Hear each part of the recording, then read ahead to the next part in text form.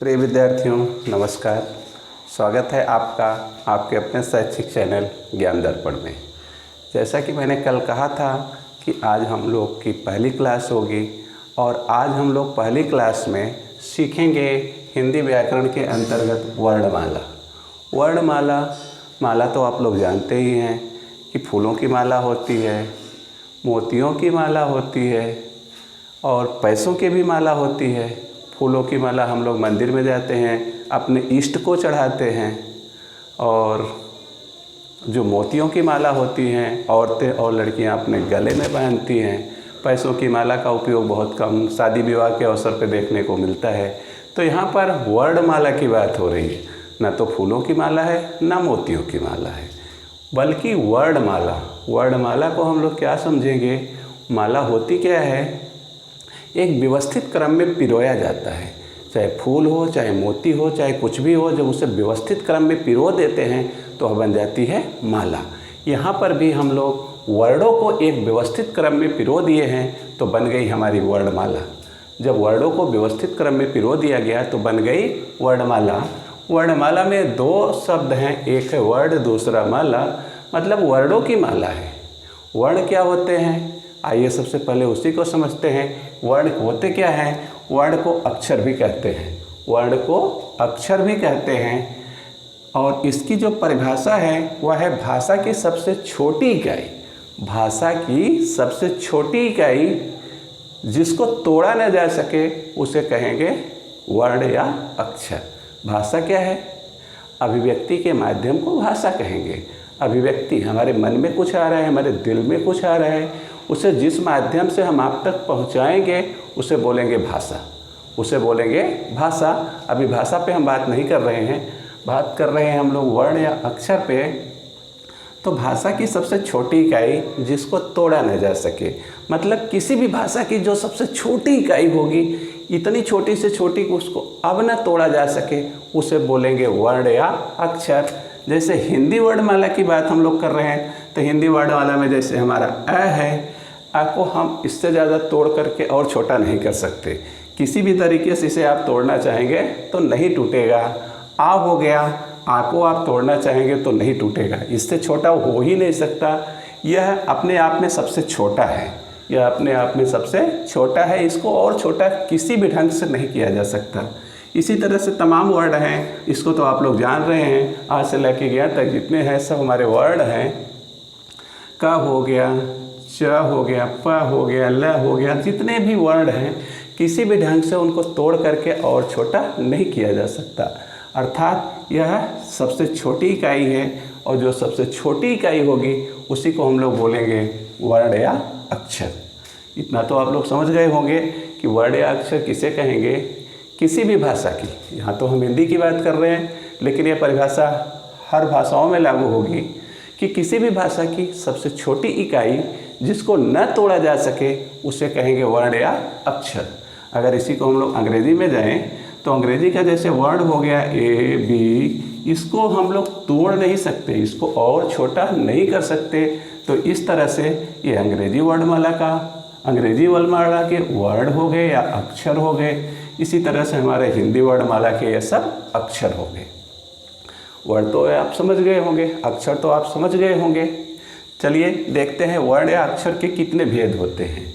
आप भी क्या सोच रहे होंगे कि सर हमें क्या बता रहे हैं, हम उच्च कक्षाओं में पढ़ रहे हैं और ये प्राइमरी 1-2 की चीज़ बता रहे हैं, लेकिन चलते रहिए, हो सकता है कुछ काम की चीज़ निकल जाए। वर्ण या अक्षर के भेद, वर्ण या अक्षर के दो भेद होते हैं। पहले को बोला जाता है स्वर, दूसरे को व्यंजन। वर्ण के दो भेद होते हैं, एक होता है स्वर और दूसरा होता है व्यंजन। तो स्वर किसे कहेंगे, व्यंजन किसे कहेंगे। अभी सबसे पहले हम लोग स्वर को समझते हैं। स्वर ऐसे वर्ण या अक्षर जिसके उच्चारण का मतलब बोलने में, ऐसे वर्ण या अक्षर जिसके उच्चारण में किसी दूसरे वर्ण या अक्षर की सहायता न लेनी पड़े, उसे स्वर कहते हैं। मतलब कि ऐसे अक्षर, ऐसे वर्ण जिसको हमें उच्चारित करना हो, बोलना हो, तो किसी भी दूसरे वर्ण की, किसी भी दूसरे अक्षर की मदद न लेनी पड़े, तो उसे हम लोग स्वर कहेंगे। और हिंदी वर्णमाला में कुल 11 स्वर होते हैं। अ, आ, ई, ऊ, री, ए, ओ और औ। हिंदी वर्णमाला में सब 11 स्वर होते हैं। इससे ज़्यादा स्वर हमारे हिंदी वर्णमाला में नहीं है। तो स्वर किसे कहेंगे? ऐसे अक्षर या ऐसे वर्ण जिसके उच्चारण में, जिसके बोलने में हमें किसी दूसरे वर्ण या अक्षर की सहायता न लेनी पड़े, उसे स्वर कहेंगे। और हिंदी वर्णमाला में कुल कितने स्वर होते हैं? 11। वर्णों के कितने भेद होते हैं? 2, स्वर और व्यंजन। तो चलिए, आप लोग अगर समझ में आता है तो इसका स्क्रीनशॉट ले लीजिए।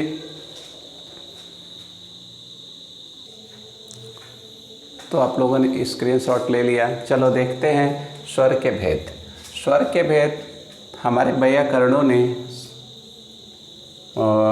व्याकरण के निर्माताओं ने स्वरों का विभाजन कई प्रकार से किया है। स्वरों का विभाजन कई प्रकार से किया है, जिसमें से पहला जो है विभाजन का आधार जो बनाया है उन्होंने उत्पत्ति के आधार पर। उत्पत्ति का मतलब कि स्वर जैसे जैसे हमारे व्याकरण में आए, उसमें सबसे पहले कौन आए, सबसे पहले किसका जन्म हुआ, सबसे पहले किसका जन्म हुआ, उस आधार पर स्वरों का विभाजन किए। तो उत्पत्ति के आधार पर स्वर के 2 भेद होते हैं। उत्पत्ति के आधार पर स्वर के 2 भेद होते हैं। अर्थात जब हमारे व्याकरण के निर्माताओं ने इन स्वरों का उपयोग पहली बार लाए तो इनको 2 ढंग से लाए। पहला तो होगा मूल स्वर और दूसरा हुआ संधि स्वर। पहला हुआ मूल स्वर, दूसरा संधि स्वर। तो सबसे पहले मूल स्वर आया, सबसे पहले व्याकरण में हमारे मूल स्वर आया। मूल स्वर कब आया उसका कुछ पता नहीं है।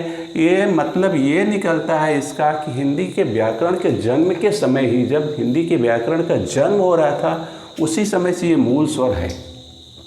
इसमें से अ है, ई है, ऊ है और री है। तो मूल स्वरों की संख्या होती है 4। मूल स्वरों की संख्या होती है 4। आपके सामने प्रश्न कुछ इस ढंग से आ सकते हैं कि निम्नलिखित में से मूल स्वर कौन सा है? तो इन 4 में से कोई एक आपको पहचानना होगा। निम्नलिखित में से मूल स्वर कौन सा है? तो इन चारों में से किसी एक को आपको पहचानना होगा। दूसरा होता है संधि स्वर। दूसरा होता है संधि स्वर, क्योंकि इन 4 स्वरों से पूरे भाषा का उपयोग नहीं किया जा सकता था और स्वरों की ज़रूरत थी। तो और स्वरों को लाने के लिए संधि स्वर का उपयोग किए। संधि स्वर 2 प्रकार की होती है। संधि का मतलब स्वर को आपस में मेल करा करके, आपस में जोड़ करके कुछ और स्वर बनाए गए। स्वर को आपस में जोड़ करके कुछ नए स्वर बनाए गए। तो इस तरह से संधि स्वर बनी। और संधि स्वर भी 2 प्रकार की हुई। संधि स्वर कितने प्रकार की हुई? 2 प्रकार की हुई। संधि स्वर भी 2 प्रकार की हुई। एक का नाम है मूल दीर्घ स्वर या सजाती स्वर। मूल दीर्घ स्वर या सजाती स्वर। और दूसरे का नाम होगा संयुक्त स्वर या विजाती स्वर। तो सबसे पहले हम लोग मूल दीर्घ स्वर या सजाती स्वर को समझते हैं। सजाती स्वर या मूल दीर्घ स्वर कैसे आया? तो इसको लाने के लिए हमारे व्याकरणों ने, हमारे व्याकरण के निर्माताओं ने आ में आ को मिलाया। आ में आ को मिलाया तो बड़ा आ का उत्पत्ति हुई, बड़ा आ का जन्म हुआ। आ से आ मिल करके बड़ा आ बन गया। ई से ई मिल करके बड़ी ई बन गई। ऊ से ऊ मिल करके बड़ा ऊ बन गया। इस तरह से 3 नए स्वर आए। इस तरह से 3 नए स्वर आए और तीनों का मेल अपने बिरादरी में हुआ, अपने स्वजाति में हुआ, अपने ही आकार के स्वर से हुआ। जिस तरह से इसका आकार था उसी तरह से इसका आकार था। इन दोनों का जब मेल किया गया तो ये बन के आया। उसी तरह से ये भी जिस आकार की थी उसी आकार की ये भी थी। तो इन दोनों का मेल कराया गया तो ये बन के आया।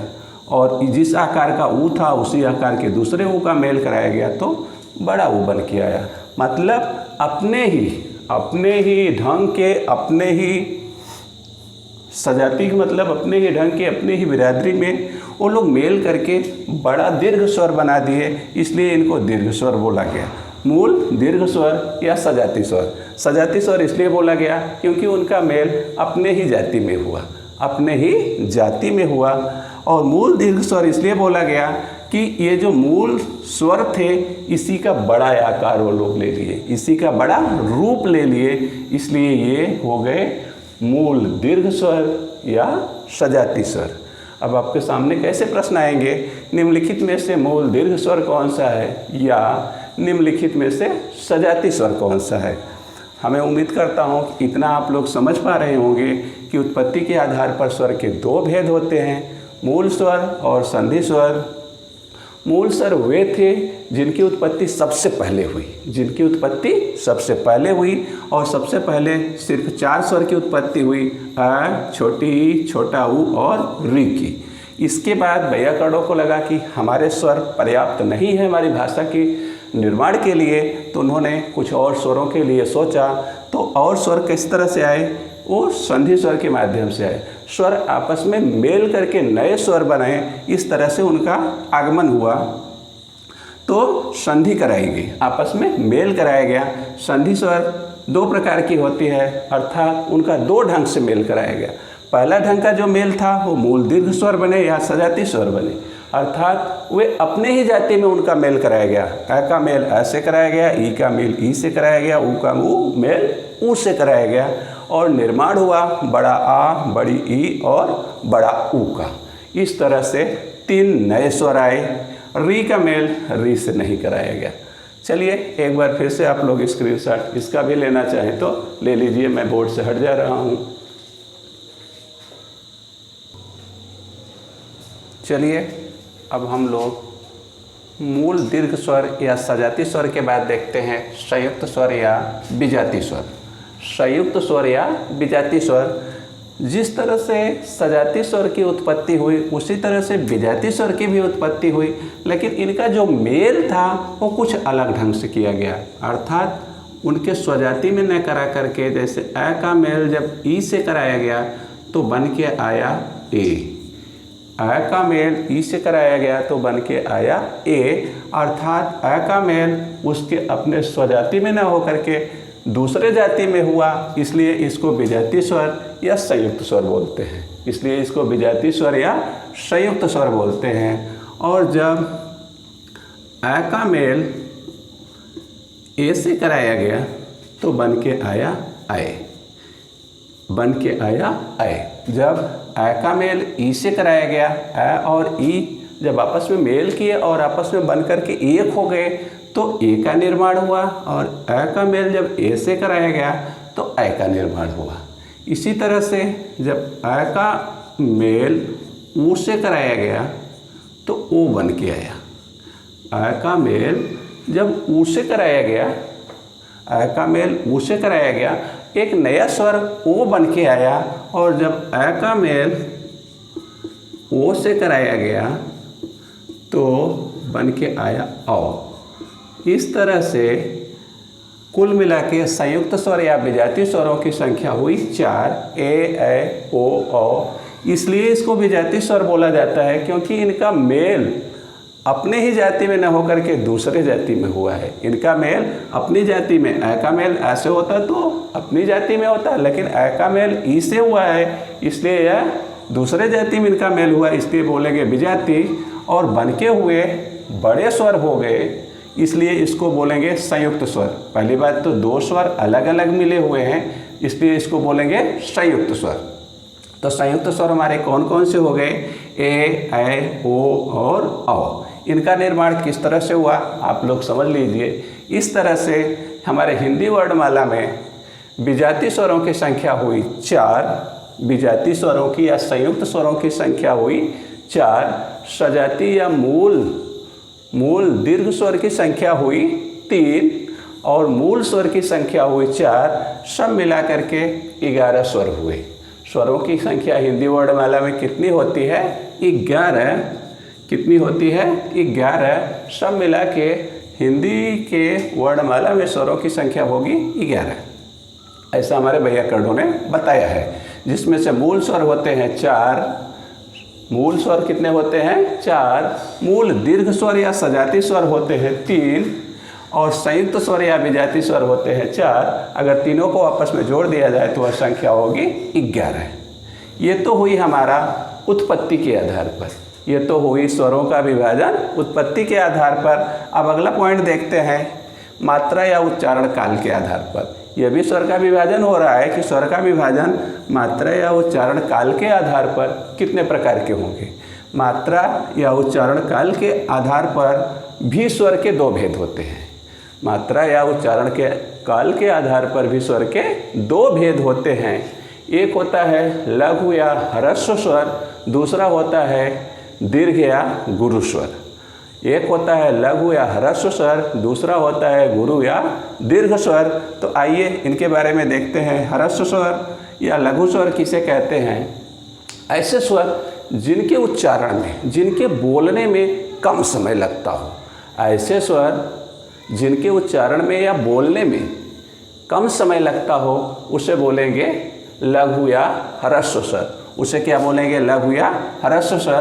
तो हमारी हिंदी के वर्णमाला में देखते हैं अ, ई, छोटा ऊ और री, ये जो हैं लघु या ह्रस्व स्वर हैं, क्योंकि इनके उच्चारण में कम समय लगता है। इनके उच्चारण में कम समय लगता है। इस तरह से हिंदी वर्णमाला में अ, ई, ऊ और री सब मिलाकर के 4, इनकी संख्या 4 होती है। 4 ह्रस्व या लघु स्वर होते हैं, ह्रस्व या लघु स्वर होते हैं। इसके बाद नंबर 2 है गुरु या दीर्घ स्वर। ऐसे स्वर जिनके उच्चारण में, जिनके बोलने में लघु स्वर की अपेक्षा दुगुना समय लगे, लघु स्वर की अपेक्षा दुगुना समय लगे, उसे बोलेंगे दीर्घ या गुरु स्वर। यदि किसी ह्रस्व स्वर के बोलने में 1 सेकंड का समय लगता है तो गुरु या दीर्घ स्वर के बोलने में कितना समय लगेगा? उसका दुगुना, अर्थात 2 सेकंड। तो उसे बोलेंगे गुरु या दीर्घ स्वर। गुरु या दीर्घ स्वर के उच्चारण में लघु स्वर की अपेक्षा डबल समय लगता है। और हमारी हिंदी वर्णमाला में आ, बड़ी ई, बड़ा ऊ, ए, ऐ, ओ और औ, ये 7 ऐसे वर्ण हैं, 7 ऐसे अक्षर हैं जिनको गुरु या दीर्घ स्वर कहते हैं। 7 ऐसे अक्षर हैं जिनको गुरु या दीर्घ स्वर कहते हैं। ह्रस्व या लघु स्वर उसे कहते हैं जिसके बोलने में कम समय लगे। गुरु और दीर्घ स्वर उसे कहते हैं जिनके बोलने में लघु स्वर की अपेक्षा दुगुना समय लगे। तो चलिए, हम उम्मीद करते हैं कि इतना आप लोग समझ गए होंगे। अगर आपसे कोई पूछे ई मात्रा और उच्चारण काल के आधार पर किस प्रकार का स्वर है, तो आप बता देंगे लघु या ह्रस्व स्वर। अगर आपसे कोई पूछे ओ मात्रा या उच्चारण काल के आधार पर किस प्रकार का स्वर है, तो आप बता देंगे गुरु या दीर्घ स्वर। अगर ओ आपसे कोई पूछे उत्पत्ति के आधार पर कौन सा स्वर है, तो आप क्या बताएंगे? संयुक्त स्वर या विजाति स्वर। संयुक्त स्वर या विजाति स्वर। अगर कोई आपसे पूछे आ उत्पत्ति के आधार पर किस प्रकार का स्वर है, तो आप बताएंगे मूल दीर्घ स्वर या सजाती स्वर। मूल दीर्घ स्वर या सजाती स्वर।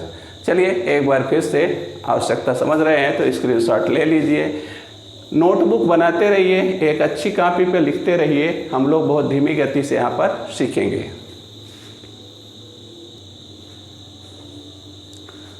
तो आपने स्क्रीनशॉट ले लिया होगा। तो आज की क्लास में बस इतना ही। अभी भी और भी कई ढंग से स्वरों को विभाजित किया जा सकता है, किया भी जाएगा। जिस तरह से हमारे व्याकरण के निर्माताओं ने इसको किया है, अभी और भी इसको हम सीखेंगे ज्ञान दर्पण चैनल के माध्यम से। लेकिन हम लोग धीमी गति से सीखेंगे ताकि इस चीज़ को हम अच्छी तरह से समझते हुए चलें। तो आज के क्लास में बस इतना ही, और कल पुनः नए पाठ के साथ फिर से मिलेंगे और इसके आगे की जो चीज़ होगी उसके बारे में समझेंगे। तब तक आप लोग नोटबुक बनाते रहिए, एक अच्छी कॉपी पर बनाते रहिए, इसको समझते रहिए, जितना संभव हो उसके उतना याद करते चलिए, लेकिन नोटबुक ज़रूर बना के रखिए। चलिए कल फिर मिलते हैं, तब तक के लिए जय हिंद, धन्यवाद।